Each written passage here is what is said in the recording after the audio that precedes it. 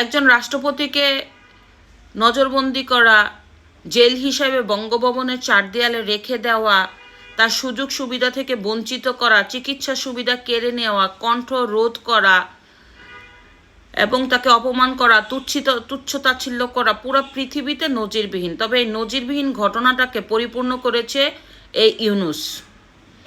রাষ্ট্রপতি হোয়াটসঅ্যাপে গতকালকে আন্তর্জাতিক বার্তা সংস্থা রয়টার্সকে একটি সাক্ষাৎকার দিয়ে তিনি বলেছেন, আমি পদত্যাগ করতে চাই।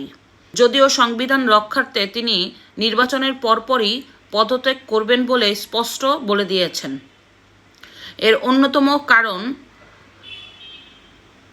রাষ্ট্রপতিকে সকল ধরনের সুযোগ সুবিধা থেকে এই ইউনূস বঞ্চিত করেছে।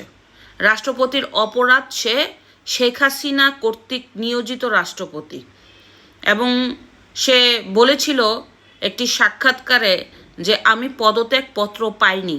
এরপরে ইউনূসের মাথা নষ্ট হয়ে গেছে এবং সকল ধরনের সুযোগ সুবিধা থেকে একজন বাংলাদেশের প্রধান ব্যক্তিকে বাদ দিয়ে দেওয়া হয়েছে। আপনারা জানেন, গত সেপ্টেম্বরে দূতাবাস, কনসুলেট এবং হাইকমিশন থেকে কোনো রকম নির্দেশনা ছাড়া, প্রজ্ঞাপন জারি ছাড়া প্রত্যেকটা ছবি, মানে রাষ্ট্রপতির ছবি নামিয়ে ফেলা হয়েছিল। এখানে ডক্টর ইউনূসের একটা হিংসা, কেন ইউনূসের ছবি থাকলো না? সে বাংলাদেশের এত বড় একটা পার্সন, তার ছবি না থেকে ওই চুপ্পুর ছবি থাকবে? এর জন্য আর তার সহ্য হলো না। পরবর্তীতে সরকার বলেছে এই ব্যাপারটা সে জানে না। খামখেয়ালি কথা, কিভাবে জানে না? এরপরে তো আবার রাষ্ট্রপতি একটি চিঠি দিয়েছেন পররাষ্ট্র মন্ত্রণালয়, কিন্তু সেই চিঠির উত্তরও এই ইউনূস দেওয়ার প্রয়োজন মনে করেনি।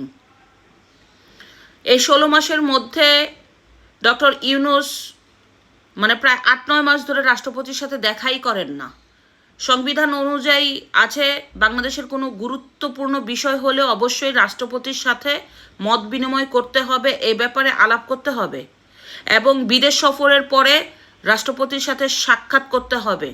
কিন্তু ডক্টর ইউনূস বাংলাদেশের শত শত কোটি টাকা খরচ করে যখন বিদেশ সফর করে বাংলাদেশে এসে ঘোড়ার ডিম দিয়েছে, তখন রাষ্ট্রপতির সাথে সাক্ষাৎ করার প্রয়োজনই মনে করেনি। এক কথায় নজরবন্দি করে লোকটাকে রেখে দিয়েছে। কোথাও আছে একজন রাষ্ট্রপতির প্রেস উইং থাকবে না? তার ডাক্তারি সুবিধা কেড়ে নেওয়া হবে, তার কণ্ঠ রোধ করা হবে।